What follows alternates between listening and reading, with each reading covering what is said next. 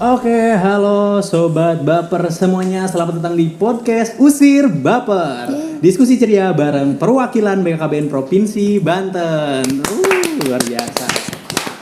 Oke, bareng bersama saya Rizky Maulana yang pada kesempatan kali ini bakalan menjadi host untuk podcast perdana Usir Baper ini. Jadi Sobat Baper sekalian, kali ini kita bakalan ngenalin tentang BKKBN ya, terutama di dalam podcast ini kita bakalan ngebahas lebih banyak tentang program-program yang ada di BKKBN Perwakilan, terutama buat sobat-sobat Baper semua yang belum tahu nih. Seperti itu. Oke, kali ini Rizky sendiri tidak sendirian ya. Kita kedatangan narasumber yang sangat luar biasa. Yang pertama ada Bapak Budi. Tepuk tangan untuk Bapak Budi. Oke, dan yang kedua ada Kak Dinda. Luar biasa ya. Oke, mungkin sebelum itu kita lanjut ke LC Mill, kita perkenalan terlebih dahulu biar lebih dekat gitu kan ya. Ini ada Bapak Budi, silakan dari Bapak Budi dulu untuk memperkenalkan diri. Nama saya Budi Utomo dari bidang ketahanan keluarga yang menangani ataupun yang sebagai pengampu di bidang LC Mill. Oh, begitu. Iya. Oke, untuk selanjutnya dari Kak Dinda, silakan. Oke, perkenalkan nama aku Dinda Putri Puspita Devi. Saya Satgas Stunting dari Provinsi Banten, khususnya untuk Kota Tangerang Selatan, jadi technical assistant. Wow, luar biasa kedua narasumber kita, beri tepuk tangan ya. Oke, jadi kali ini kita bakalan tadi sempat disinggung juga oleh Pak Budi ya, teman-teman Sobat Baper semua. Kita bakalan ngebahas tentang LC Mill. Kira-kira Sobat Baper semua pada tahu nggak sih LC Mill itu apa sih? Nah, kalau misalkan belum pada tahu, tentunya kita mendatangkan narasumber yang luar biasa ini yang akan menjelaskan tentang LC Mill itu apa, bagaimana programnya, dan terus kira-kira sasarannya seperti apa dan bagaimana teknisnya kalau misalkan kita mau menggunakan aplikasi LC Mill. Oke, mungkin dari Bapak Budi ya. Kira-kira kalau untuk LC Mill sendiri ini seperti apa sebenarnya? Ya. Jadi bagi yang mungkin belum familiar dengan LC Mill, sebenarnya LC Mill itu merupakan aplikasi bagi pendamping keluarga ketika melakukan pendampingan. Nah, dalam hal ini aplikasi yang digunakan itu untuk mencatat hasil pendampingan. Pendampingan untuk apa? Jadi yang kita tahu bahwa pada saat ini khususnya tahun 2020 sampai dengan 2024 sebagai RPJMN, kita itu sedang dalam upaya pencegahan penurunan stunting yang otomatis harus dilakukan upaya-upaya dalam rangka penurunan stunting, salah satunya melalui pendampingan. Nah, pendampingan itu kita catat tuh yang pakai aplikasi namanya LC Mill. LC Mill itu singkatan dari elektronik siap nikah dan hamil. Pada intinya adalah aplikasi itu mencatat semua perkembangan keluarga yang didampingi, khususnya yang beresiko stunting, seperti itu. Jadi secara garis besar seperti itu LC Mill. Jadi emang tujuannya adalah untuk intinya ya, mungkin memang LC Mill ini stunting ya, untuk penanganan atau pencegahan stunting. Iya, jadi untuk tool. Jadi kan kalau kita ingin melakukan pendampingan ataupun pengamatan, biasanya kan harus ada toolnya. Nah, kita itu punya. Jadi BKKBN itu menyediakan gitu. Itu sebagai nanti hasilnya itu bisa dilihat perkembangan dari percepatan penurunan stunting tersebut. Apakah pendampingan itu sudah banyak dan apakah itu berpengaruh pada penurunan stunting. Oh, begitu. Oke.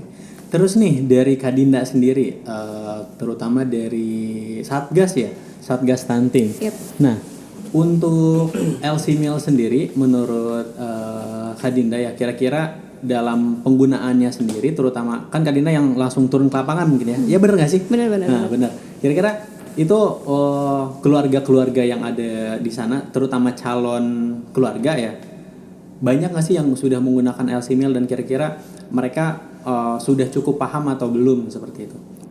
Kalau tim pendamping keluarga ya semuanya sudah pakai LC Mill ya. Tapi kalau keluarga yang berisiko dia tidak menggunakan LC Mill. Yang pakai LC Mill tuh paling Catin ya, yang download LC Mill. Jadi ada 2 aplikasi tuh buat Catin sama buat TPK gitu. Nah, Catin tuh calon pengantin. Nah, kalau calon pengantin jadi selain mereka didampingin sama TPK juga, mereka juga harus download karena nanti di aplikasi yang mereka download itu bakalan ada sertifikat layak nikah gitu. Jadi nanti kalau di Kota Tangerang Selatan itu harus dilampirin, baru nanti sama KUA diizinin nih nikah kayak gitu. Nah itu terus udah banyak sih yang didampingin lewat LC-Mil, banyak banget, dan jujur menurutku itu sangat-sangat bermanfaat ya buat kita sebagai TA khususnya di lapangan si LC-Mil itu, karena kita jadi bisa ngasih lihat data-datanya, segini loh yang daftar di LC-Mil, yang Catin segini, yang berisiko segini, yang ibu hamil tuh ada segini, segala macam, pokoknya semuanya itu bermanfaat buat kita kasih tahu ke para pemangku kebijakan kondisi di lapangan tuh seperti apa gitu. Berarti kalau misalkan Catin ini belum punya sertifikat LC-Mil, mereka bisa dibilang apa ya namanya, belum ideal untuk menikah seperti itu Kak? Atau emang nggak diperbolehkan gitu kalau misalkan nggak punya sertifikat LC-Mil? Dari Bapak mungkin? Iya, sebenarnya sertifikat LC-Mil itu menunjukkan bahwa si Catin itu atau calon pengantin itu sudah ideal menikah. Ya, jadi kan di dalam LC-Mil itu kan khususnya untuk Catin ya. Jadi untuk Catin itu harus ada pemeriksaan secara kualifikasi apakah si Catin itu layak menikah atau enggak. Dari segi kesehatan, lalu dari segi fisik sudah cukup apa enggak, umurnya, lalu lingkar lengan, lalu HB-nya, itu kan yang harus dicek. Jadi dari situlah keluar semacam sertifikat atau rekomendasi bagi Catin untuk nikah. Kalaupun seandainya mungkin dia itu belum tidak keluar sertifikatnya atau tidak keluar pernyataan seperti itu.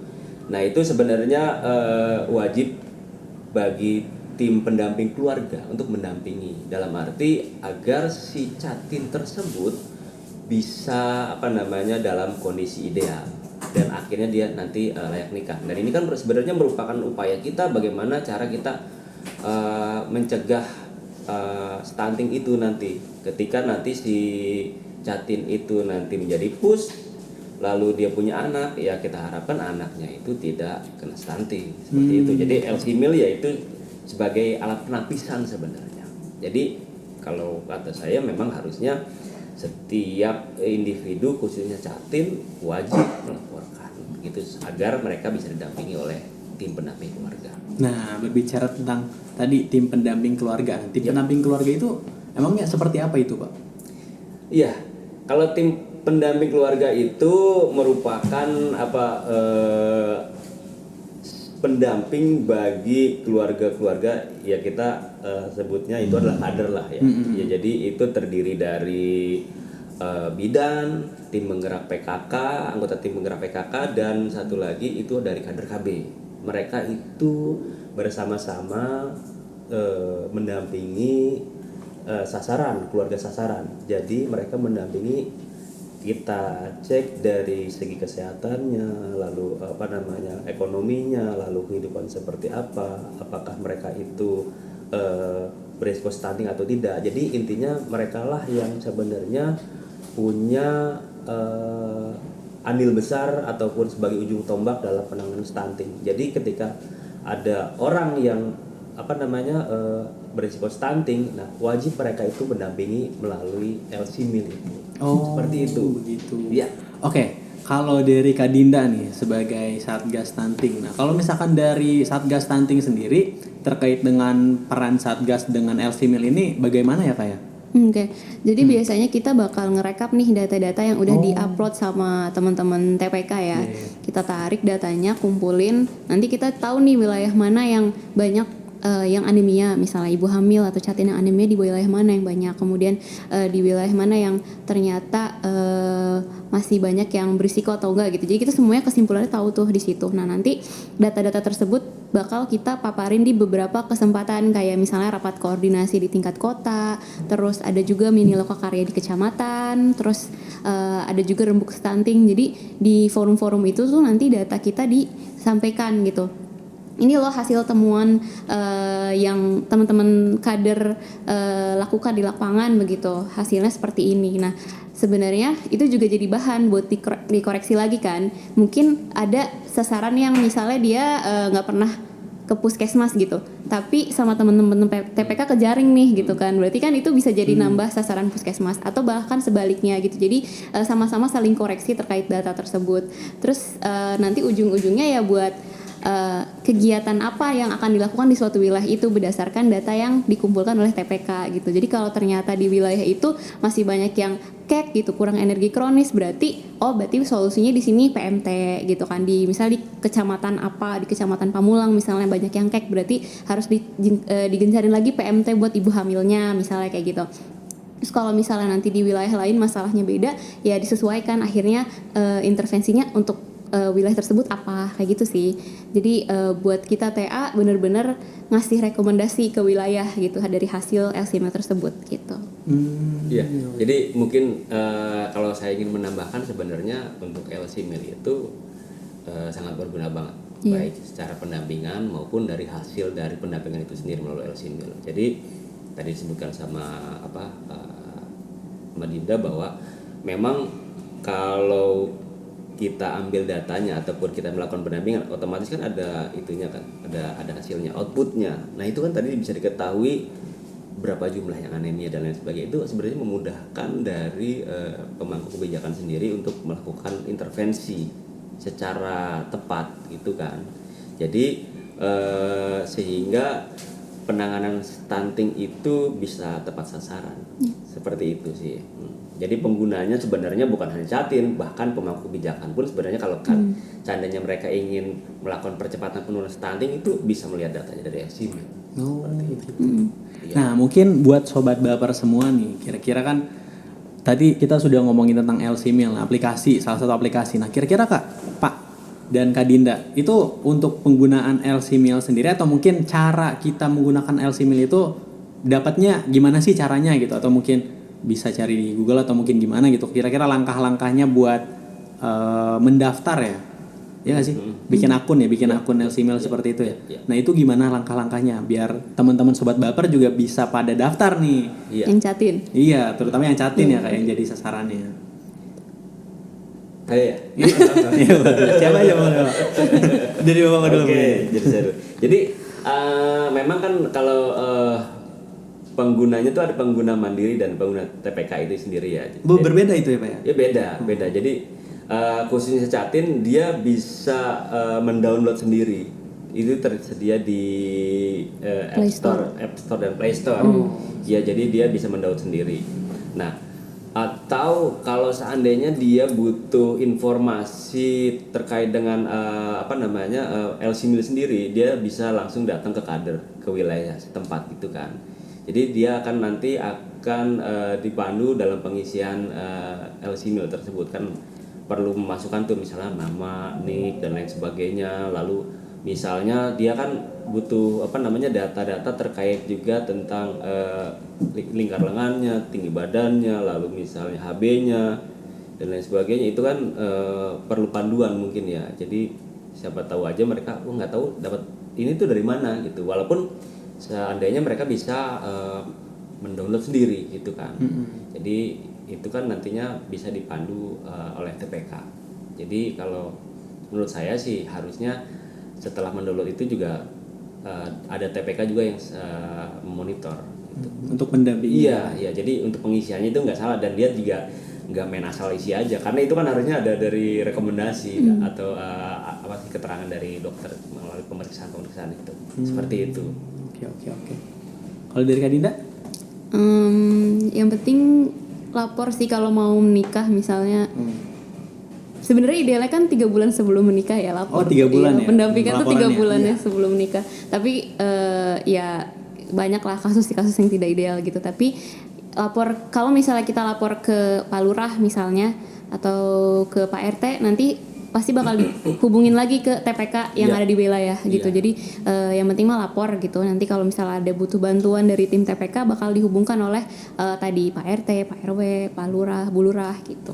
Iya, betul sekali. Jadi artinya sebenarnya itu untuk aplikasi LCMIL ataupun untuk pemeriksaan itu memang ketika kita menikah sebenarnya idealnya 3 bulan harus sudah melapor dulu. Tapi kan kadang-kadang di lapangan kadang-kadang baru seminggu Besoknya juga iya, bisa besok nikah gitu kan. Jadi Udah ngebet banget mungkin ya. Jadi Nggak kadang-kadang TPK juga kaget gitu kan. Ya kalau yang terjadi kayak gitu ya artinya ya sebenarnya sih kalau bisa ini makanya perlu dilakukan sosialisasi secara masif ya untuk memberitahukan kepada calon pengantin yang ingin menikah itu kalau bisa 3 bulan sebelumnya itu menghubungi pihak-pihak terkait khususnya TPK itu sendiri agar dilakukan pendampingan. Itu idealnya ya, idealnya. Jadi kita bisa melakukan pendampingan secara utuh. Namun kalaupun kalaupun tidak ya sebenarnya nggak apa-apa, tapi tetap harus melaporkan pada TPK karena biar bagaimanapun TPK nanti yang akan melakukan pendampingan dan itu merupakan salah satu kewajiban bagi TPK untuk mendampingi catin khususnya semua catin sebenarnya semua catin yang akan menikah itu wajib didampingi TPK dan kerjasama dari pihak baik KUA ataupun kelurahan dan lain sebagainya itu sebenarnya akan sangat membantu sekali bagi kami untuk mengidentifikasi catin yang ada di wilayahnya agar kita langsung mendatangi dari TPK setempat seperti itu. Oke, luar biasa ya Sobat Baper semua. Jadi itu ya tentang LC Mil dan memang untuk catin sendiri yang mau menikah mungkin ada juga ya usia ideal yang seharusnya. Iya. Ya itu berapa Pak? Kalau untuk perempuan itu minimal Ya. Minimal Sobat Baper 21 tahun. 21 tahun Minimal. untuk perempuan. Untuk laki-laki minimal 25 tahun. Minimal 25 tahun. Iya. Kak Minimal Dinda, loh. gimana umurnya Kak Dinda? Kenapa? Salah ya? Aduh. Nggak, tapi mau ditegasin lagi itu minimal. Jadi kayak kalau bisa jangan di bawah 21 gitu. Tapi itu juga nggak menjadi kampanye untuk menikah di usia 21 gitu kayak 21 wajib nikah gitu. Enggak juga. Jadi minimal itu ya tadi jangan sampai lebih muda dari 20 tahun, 21 dan jangan sampai lebih tua dari 35 ya.